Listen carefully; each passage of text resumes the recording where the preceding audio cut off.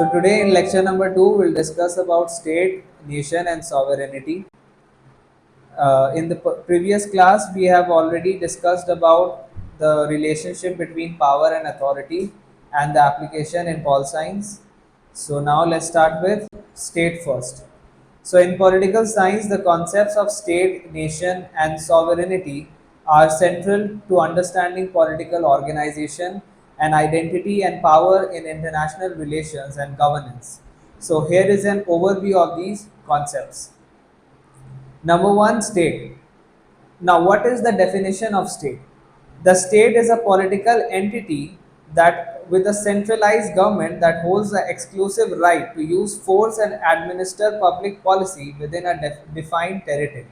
Okay, so the keywords are the political entity, centralized government, and it holds a exclusive right to use force and administer public policy within a defined territory. That is what we call a state.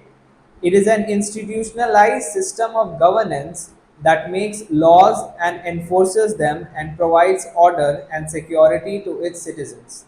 Okay, over here we can say the keywords are institutionalized system of governance that makes laws, enforces them, and provides order and security to its citizens.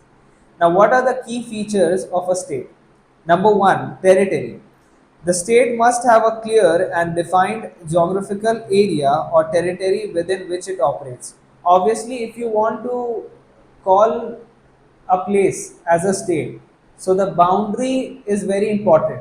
You should have a perfect, or you can say you should have a clear cut boundary that you can say, okay, this is the whole area of the state. Without a prominent or a proper boundary, you cannot say that this area is extending towards this. Okay, so that is in that situation we cannot properly say that it is a state. So the very first feature is the territory. The state must have a clear and defined geographical area or territory within which it operates. Number two is population. The state has a group of people who are subjected to its laws and governance. Okay. Number three, we have the government. The state is governed by institutions and officials responsible for decision making and law enforcement. So, obviously, if you are running a state, you should be having a institution, or more than that, a number of institutions and officials responsible for making decisions and law enforcement. And obviously the very first thing, territory is already there, population is there, government is there, and then comes the sovereignty part, which we can also call it as liberty or the freedom. The state has the ultimate authority within its territory, free from external control. So you are, if you say that you are a sovereign state or you are a sovereign nation, that means no other uh, you can say no other state or no other country has rule over you. So you are ruling your own kingdom or you are ruling your own state. Rather, we should stick with the word state instead of kingdom over here, because we are not dealing with monarchy as of now. We are dealing with the state, which is somewhat, you can say, it is independent. Somewhat, no, you can say directly it's independent. It is out of any other state's reach. So the state has the ultimate authority within its territory, free from external control. Now, the last thing is the recognition.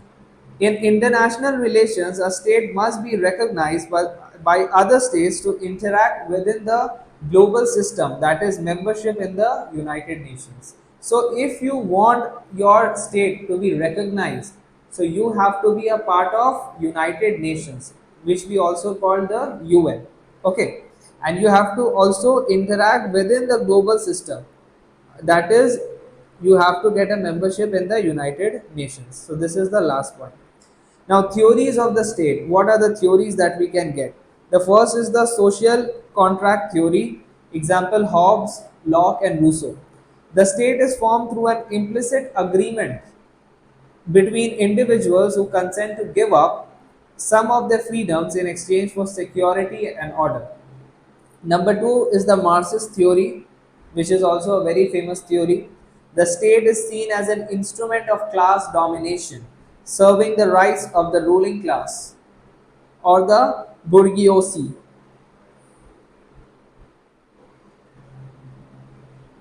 Then we have the pluralist theory. The state mediates between competing interests and groups in society, ensuring no single group dominates. And the last one, we have realist theory. It's not the last theory. There are many theories apart from this, but these four are the main theories that we shall have to look into. Now, the realist theory states that in international relations, the state is the primary actor seeking to ensure its survival and maximize power in an anarchic global system. Then we come to nation. Okay. Now, the definition of a nation. What is a nation? A nation is a group of people who share common cultural characteristics such as language, ethnicity, history, religion, and often a sense of shared destiny. Unlike a state, a nation is a socio cultural entity rather than a political or a legal one. Okay. So the key points that you need to look on, or the key words that you have to mention in your answer, is language, ethnicity, history, religion, and you have to use the word socio-cultural entity. These are the keywords. Now, nation versus state. Nation refers to a people with shared identity, while state refers to a political structure with governance authority. So, in a nation, the people are sharing a certain identity. Okay, that identity can be of any terms. It can be, you can say, language wise, ethnicity wise, history wise, religion wise. Okay, and a nation state exists when the boundaries of a nation coincide with those of a state. That's a nation state, meaning the people of the nation govern themselves. Example: Japan, Iceland. Okay, so these examples are important, and along with what is a nation state, that is also important. Now we come to the last point of this paragraph about nation versus state. Some states are multinational, meaning they contain multiple distinct nations or ethnic groups. Example: India and Russia. So, here also, India and Russia, the examples are important. Now, we come to what is nationalism. Nationalism, we know it is a political ideology. Okay, it is a political ideology that emphasizes the interest of the nation, often seeking self determination. And nationalism can take the form of movements for national independence, example, anti colonial movements. Okay, or the unification of fragmented national groups, example Italian and German unification in the 19th century, which we all have read already in the chapter of Second World War, which was in our school's syllabus. Now we come to civic versus ethnic nationalism. What is civic nationalism? Nationhood is based on shared values, political institutions, and citizenship regardless of ethnicity. Example: United States. So, civic nationalism, where it is practiced in which country? The most famous one we can think of is the United States. And this nationhood is based on shared values and political institutions and citizenship, regardless of any ethnicity. And if we come to ethnic nationalism, it is also nationhood based on shared ethnicity, language, or culture. Example: Germany before and after unification. Now, the next thing, sovereignty. Now, the definition of sovereignty is something that you need to look upon. It's not that simple. Sovereignty refers to the ultimate authority a state possesses to govern itself without interference from outside actors. It is the principle of supreme power or authority within a territory, allowing the state to make laws, enforce them, and control its own affairs. Okay, so the keywords from here are supreme power. It is a principle of supreme power or authority within a territory.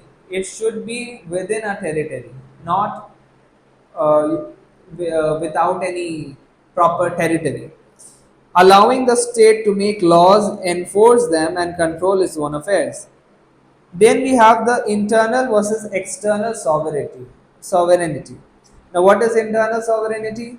The state has authority over its people, institutions, and territory. So, it is the capacity to maintain order and enforce laws domestically. Okay. Now, external sovereignty, the state's independence from outside interference.